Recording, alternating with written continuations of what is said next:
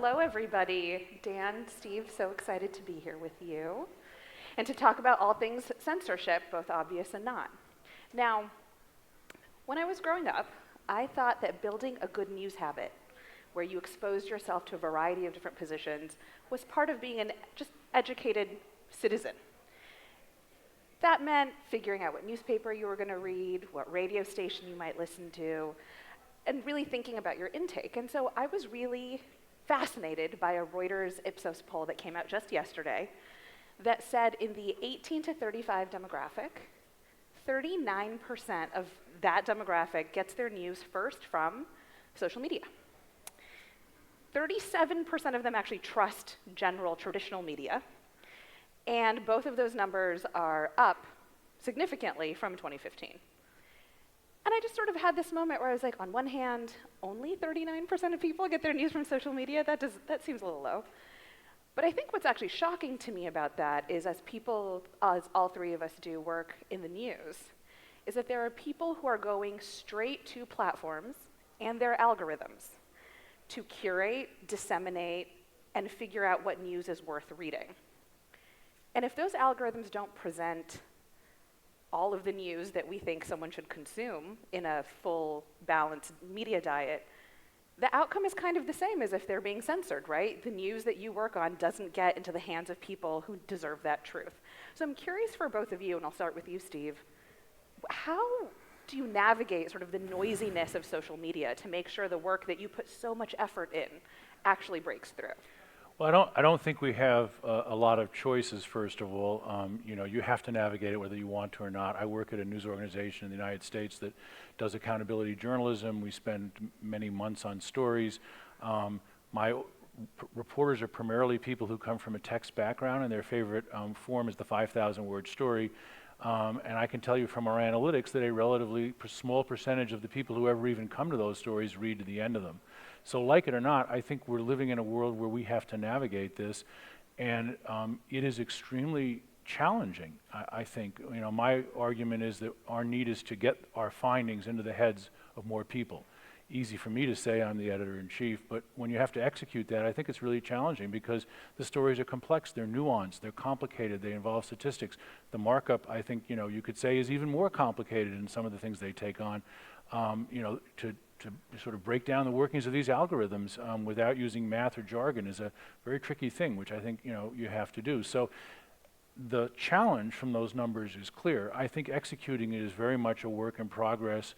And I think we're in the space that a lot of these tech companies are in, which is, try things, break them, try again, experiment, trial and error, and know that some things are going to bomb and some things you might just hit it, but then also accept that whatever game you're figuring out, the rules will change within 18 months and there'll be a new game, which is fun if you want to, keep learning. On the good side of that is that if you miss one of these trains, there'll be another one and it'll be completely different and you can start again. So that's how we look at it. Yeah, I totally agree. I think being nimble in this business is incredibly important, and flexible, and bold, persistent experimentation.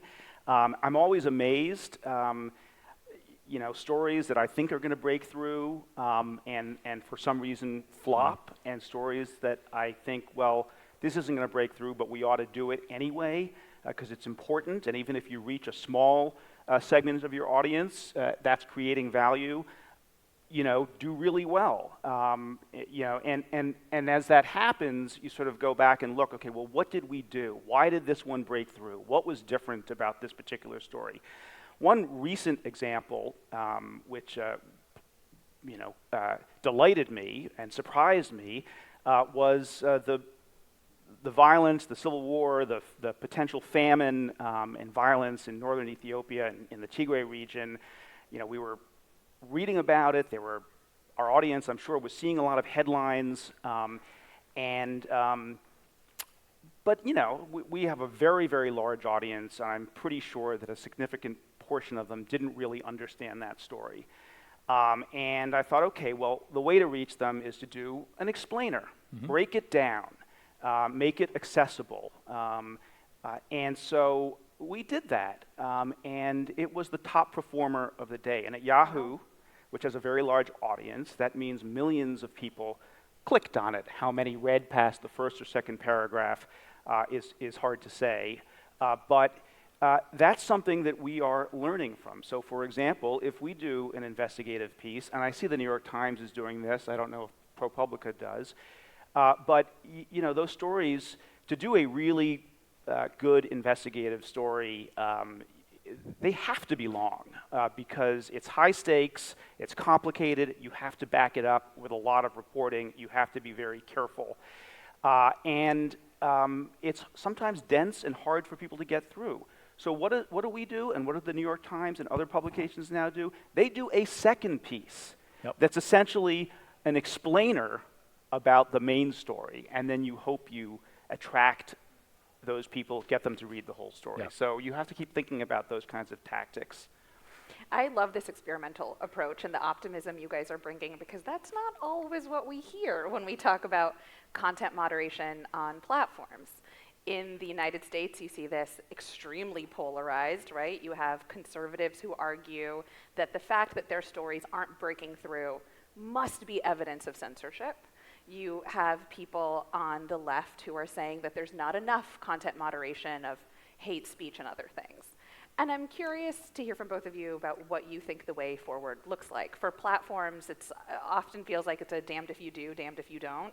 When they do intervene, it's not enough, or you end up with bills like the one in Texas and Florida saying, no, you can't do anything. Social media needs to be just a straight pass-through. Other countries have experimented and apply speech laws, whether it's restrictions on hate speech or other things, to help moderate and guide content on these platforms. What do you guys think the way forward is? Is it platforms getting involved, even more involved? Is it governments? What's the right participation in the speech culture? I mean, I think it's really troubling on both sides. You know, you sort of think about this in Europe, certainly in a number of countries, take Germany. It is against the law to write about certain kinds of groups in a certain way. You know, in America, and I believe in Canada, but correct me if I'm wrong, I think that's considered not appropriate. We want to have, we want to have a free marketplace of ideas that includes even repugnant ideas. That's on the one hand. And by the way, as a newspaper editor, or news editor rather, excuse me, I am nervous about the notion that a corporation, probably now run by Elon Musk, can decide whether or not Donald Trump's tweets are seen or not seen. That feels like a very large amount of power to be giving to people who are elected by literally nobody and are accountable only to the board of directors for maximizing profit. That feels like a strange world to live in. On the other hand, the notion of just letting people spew whatever on social media I feels also completely over the top. Here's what I would say about the platforms. I also, am skeptical and concerned about too much government involvement and regulation. But there are areas that I think, would benefit from more regulation. And the specific one is algorithms. Mm-hmm. Because I see a distinction between algorithms and editorial judgment that humans make. Algorithms are really about distribution. They're about monetization. They're about engagement. And it seems to me that social media companies that prioritize stories that create anger or outrage or emotion because they're looking for that kind of engagement, they're looking for virality, that's not really editorial judgment. Mm-hmm. And I think there should be a distinction made between making so for example the example about Trump tweets, I completely agree with you that those should not be censored. But do hateful tweets? Do they need to be? Do the algorithms need to be tweaked so that those go viral? I don't think so. Where's the value in that? Let me push back a little bit, just for fun. These panels never have any disagreement in them, right? So we should have some disagreement. So let me push back a little bit. Imagine the year is like 1898. You have tabloid newspapers. Some of them are, banging the drum for the war to take back Cuba, You have newspapers into the early parts of the century. They're running crime on the front page. I mean, they had algorithms too. They just couldn't measure it. The front page headline, the campaign, the thing that people beat on in those days. And we would never have said, I don't think, you know, well, this is bad for democracy. They're whipping people up to want a war with Cuba. We got to censor those newspapers. Yeah. Can I throw in two examples that I'd be live examples that I'm curious about how your different positions would treat? So one is thinking about the influx of Russian-sponsored propaganda on TikTok in the wake of the Ukraine war. So you see a concerted effort to drown out Ukrainian voices and also flood the market with pro-Russian perspective, right? And what you see in that marketplace that feels different than the 1800s example you present, because it's networked, because there's one arena, you can sort of toggle the levers and really overtake a marketplace. So that's one example. The other is one that you see on Twitter all the time and in various forms, but a recent form is pro-Muslim voices sitting in India being drowned out by BJP supporters and targeted and harassed. The result of both of these examples, right, different mechanisms, different platforms, is different forms of censorship, right? One, in something, it's censorship via obscurity, you drown it out.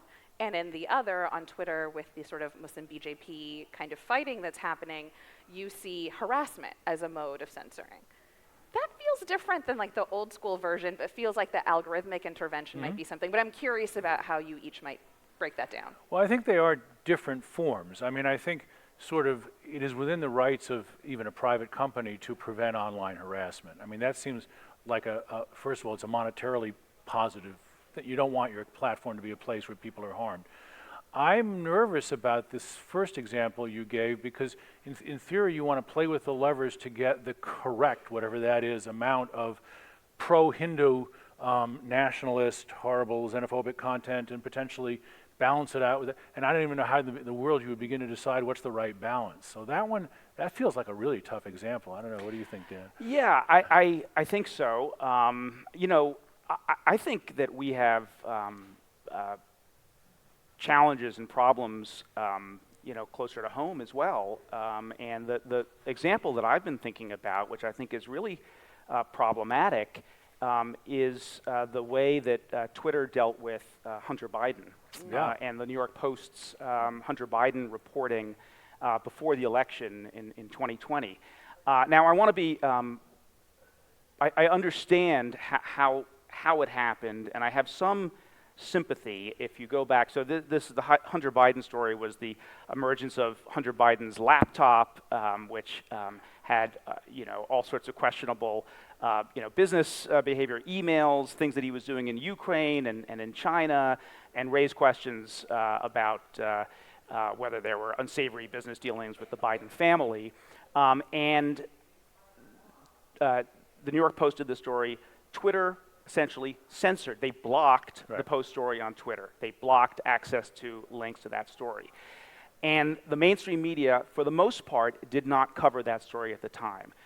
I remember when it happened. I remember all the questions that we at Yahoo News were raising about that. The source of that laptop was Rudy Giuliani, who you know, had already been seriously dabbling in conspiracy theories, was not a reliable source. We also knew that the Russians had run a disinformation campaign in the United States. But in the end, that story turned out to be true. Hunter Biden is under investigation right now. I think there's a reasonably good chance he'll be indicted for tax evasion. And the evidence is going to largely come out of that laptop, which Twitter censored. They did, I think, about 6 weeks later, allow it back on their platform.